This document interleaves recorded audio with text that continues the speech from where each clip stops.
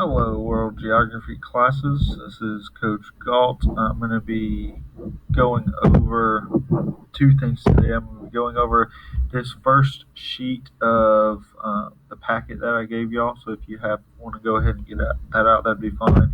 And then I'm also going to go over the answers to the study guide. As of right now, you'll see on Canvas, we'll be having the test as a quiz on Canvas on Monday. Uh, for this one, since hopefully we'll only need to have one test on Canvas, I'll go ahead and make it open note and open study guide. And again, this will be the only one this year that we do that. But first, I want to go over this sheet, African Nations Gain Independence. And again, I'm only going over this first page. So this, if you're following along on Canvas, this is the only thing from that packet that we've done so far. So it says African nations gain independence. So this is in reference to number 13 on the study guide. I know some of you had some questions about number 13, and so that's what we're referencing right here. And so looking at this political cartoon, you see this guy at the top. He's a European-looking guy. Follow my mouse. He's a European-looking guy. He represents Europe. You see him grabbing onto Africa right here, and then you see Africa has the two words gold fields. And so it says, number one, what is the meaning of this cartoon? And the fact that this guy does represent Europe, so if you think of the world map, you can think of Europe above Africa. He's reaching across the Mediterranean Sea to the continent of Africa. The meaning of this cartoon is that Europe is trying to get to Africa, but then it's like, why are they getting to Africa? And in this cartoon specifically, it's gold fields. We watched Lost Boys of Sudan, and one of the guys in there mentioned that his country has oil fields, and basically they're reaching to Africa for the natural resources.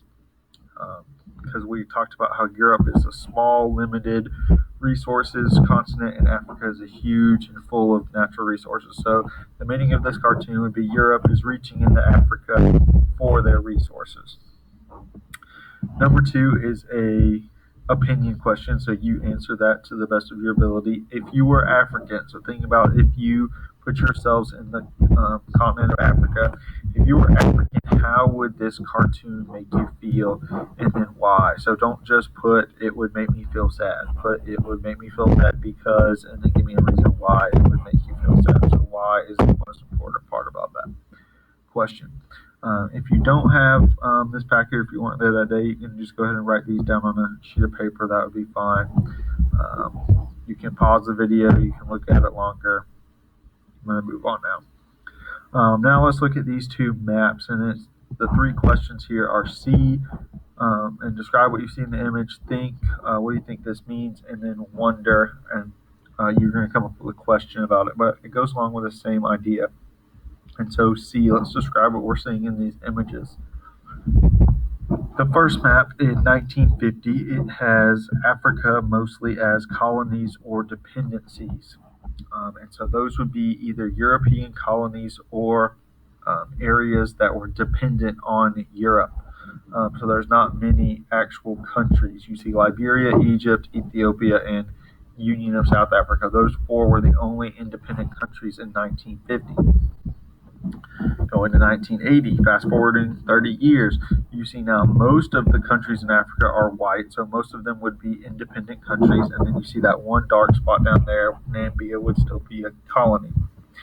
So think, what do you think this image means? What is the main idea? When I'm first looking at this, again, if you want to pause it and just try to do it yourself, you can. But when I'm looking at this, I'm seeing that Africa changed drastically over 30 years. And it changed because the Europeans left and the independent countries were put into place. And then wonder what questions you have about the image. You might say, why did the European countries leave? Why did the African nations gain independence? You can come up with your own questions too. Moving on to the study guide. And so again, if you want to get your study guide out, you should have done this already. I'm going to go through the answers to this. And again, you can always pause it as we we go through this. So here we go. African's highest mountain, Mount Kilimanjaro. This is straight from the notes. Subsistence farming, remember, is farming only enough food to feed your family. It's not farming to sell food. That'd be commercial farming. Uh, if you don't have exactly this definition, it's okay. 3,500-mile long trench was the Great Rift Valley.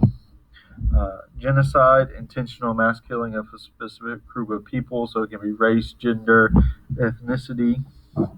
Um, the example that we talked about in class, in our notes, we talked about the Rwandan genocide, but you could also put down the Lost Boys of Sudan. They were going through a genocide when they said that they were going to kill all the young male boys of Sudan, in southern Sudan. The two tribes fighting in Rwanda were the Tutsi and the Hutu. The main river of Central Africa is Congo. The main river of Western Africa is the Niger. Sahara Desert is the desert in northern Africa. How did slave trade affect African culture? It definitely disrupted the society. The European colonies, this was kind of their foothold into Africa. So the slave trade was before the imperialism. And then obviously it resulted in millions of Africans being killed. Nelson Mandela, in the notes, he was the first black president, and he helped end apartheid. And remember, apartheid was basically laws in South Africa that were segregated. And so when they were segregated, it was just like we learned about segregation in the United States, where it was like white and black, and they were separated with forms of government. So he helped end apartheid. Imperialism. So you can use the definition from the notes that we talked about.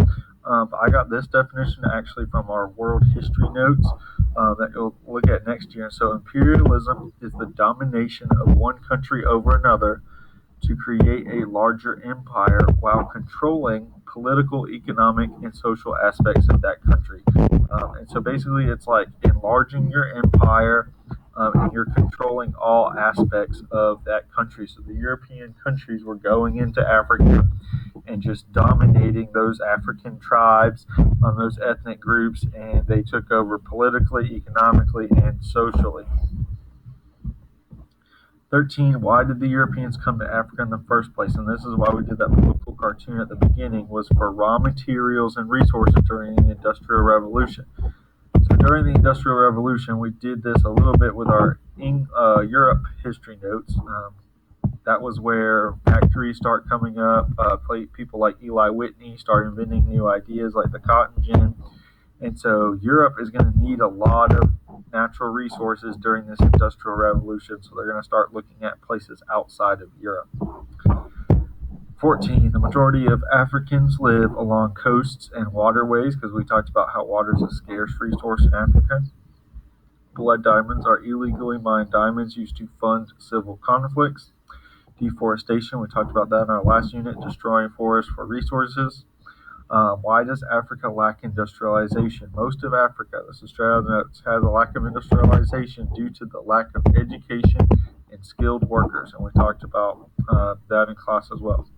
Biodiversity is when a region has high diversity of plant and animal life. And then why was there a demand for slaves in the United States? So it was still during the Industrial Revolution, and farmers were struggling to keep up with the demand for agricultural products in Europe. And so because these farmers were struggling, they brought slaves in from Africa, simply because we talked about how that was part of the African culture. And then the Europeans kind of started selling people as a commodity and a resource. And we talked about how evil that was, how terrible that was, but that is the reason why. And then number 20, that's a you question, so you can answer that on your own. What are 3 things you learned about Sudan culture from The Lost Boys? That was from the movie that we had watched in class. So again, on Monday, I'll post a link to the Kahoot video, or to the Kahoot review game, so you can play that some more. But on Monday, we will have a test on the Africa unit. There's going to be a time limit on there. You're going to get one chance. And again, Just for this sake, since it's the only one we're going to do all year, it will be open note and open study guide. So make sure you are prepared for that.